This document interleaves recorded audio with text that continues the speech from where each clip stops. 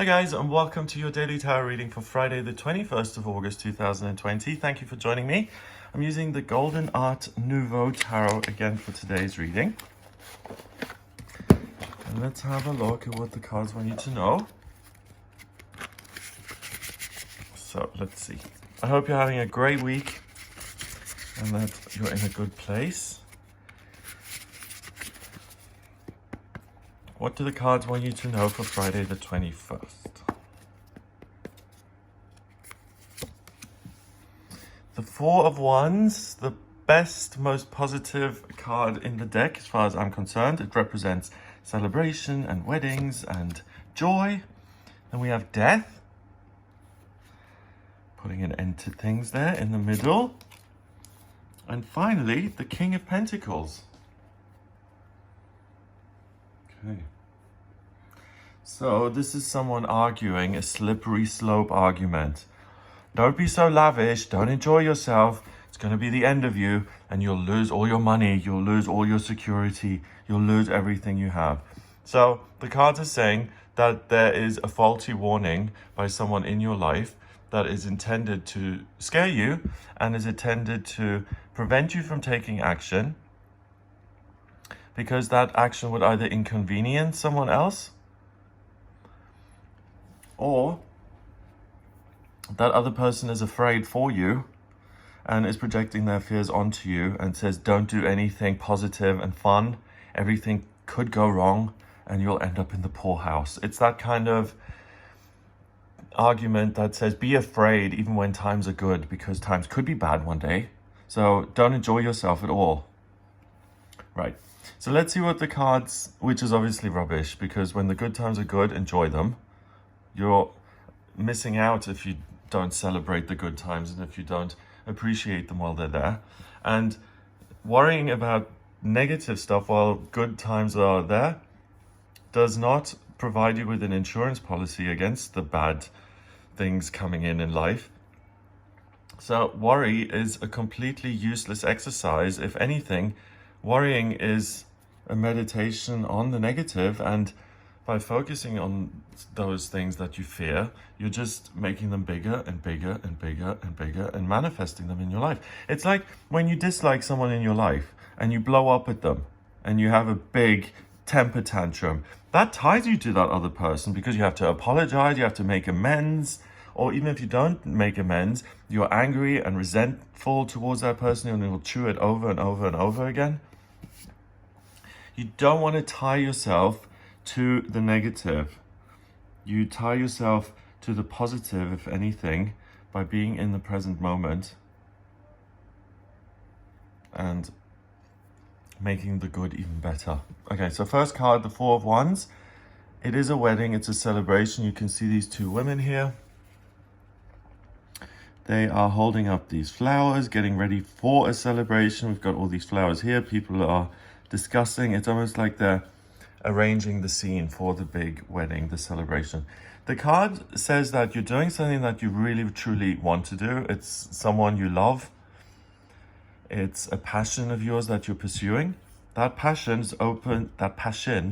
opens a doorway into a part of your life that is really joyous and positive. So this card is saying, by following your desires today and connecting with people you love and places you love, you'll be able to broaden that and do something as a group, as a community. You've got the town in the background there with all these walls. You're safe to have good relationships today. You're safe to celebrate.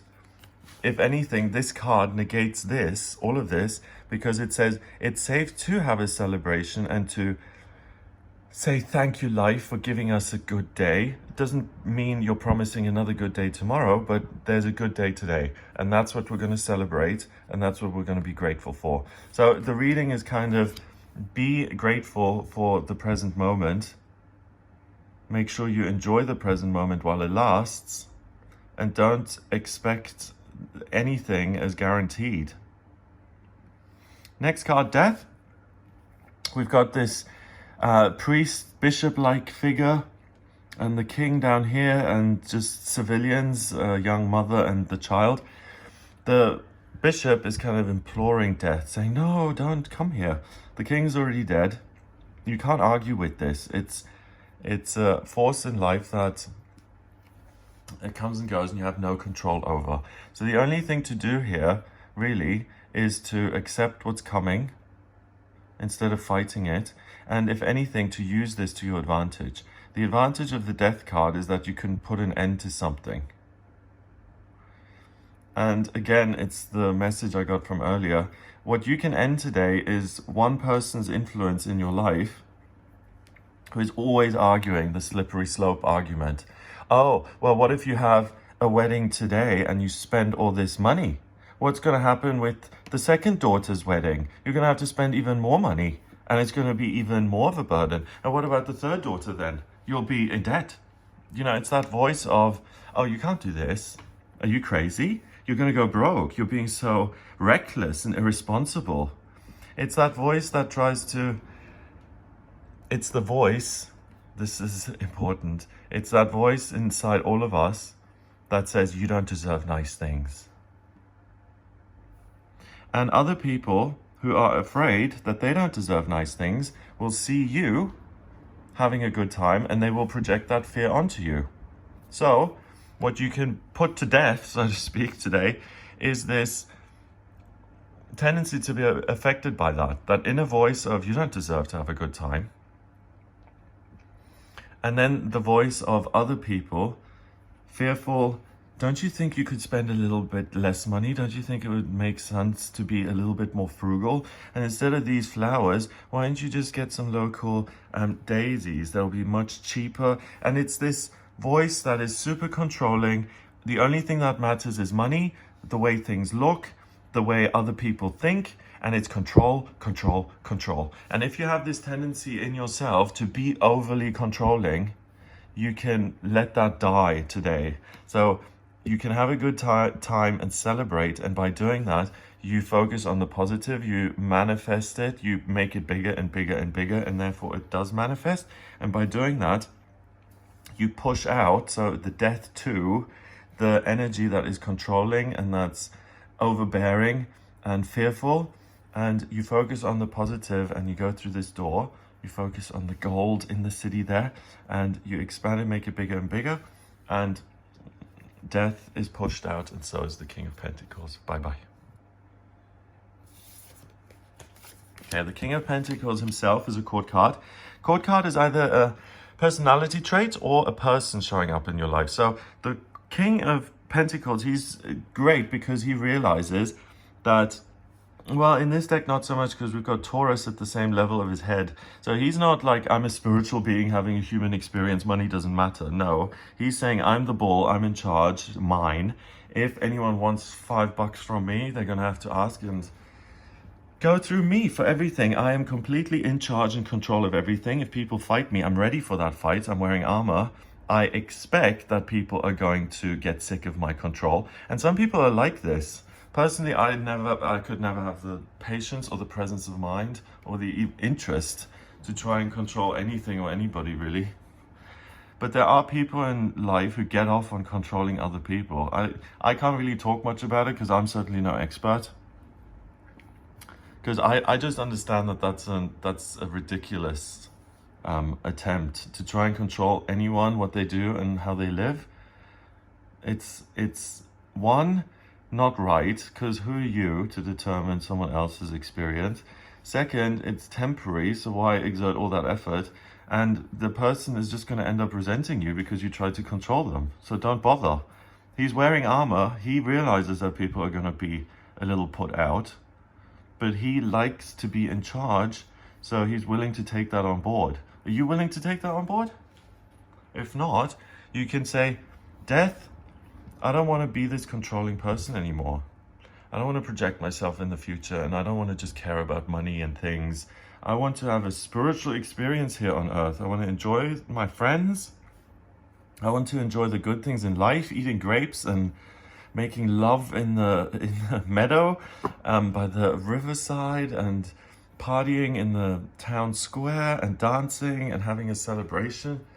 These are the positive things in life that you get to focus on today.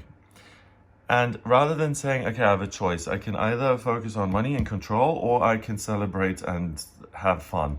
They're not mutually exclusive. You can enjoy yourself and still keep an eye on what you're doing and keep control. So keep a lid on your life, on things in your life as they are. But that doesn't mean that you have to go either extreme to throw at all responsibility or to become completely controlling.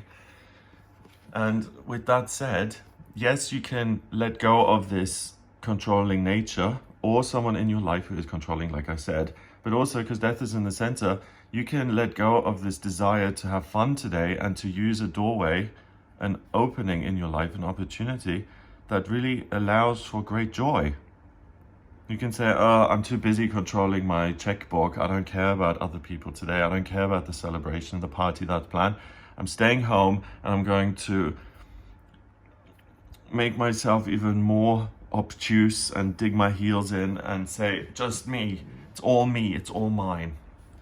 So the option is really that we're able to deflate and let go of things that don't support us. So you can either make the choice, which most of us don't do. Most of us go by feeling. So going by feeling, the easy answer is look at the opportunity that comes up to socialize, to have fun, to enjoy yourself, to pursue a passion that you really like. Do that as much as possible today and blow it up and put an end to your controlling nature or someone like in your life who is overly controlling.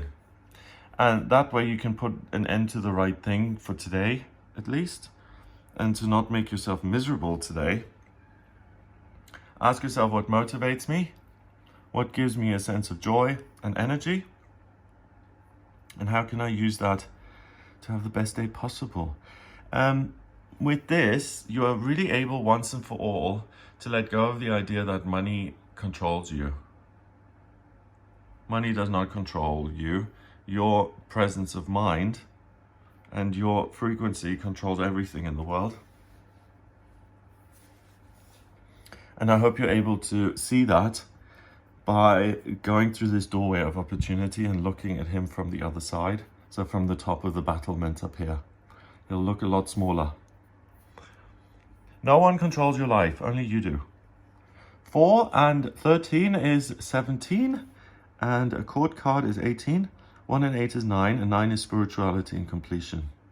See yourself as you truly are, a spiritual being having a human experience.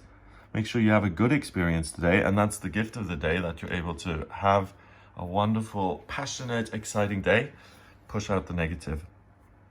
So if the question is, do I focus on the bill or spirituality? Focus on spirituality. That's what's important. Have a wonderful day. If you'd like a personal reading with me, please get in touch via the website, gregoryscott.com. If you like this video, give it a thumbs up, please. Hit subscribe to join us on this channel and share the video online. Have an amazing day, and I'll speak to you tomorrow.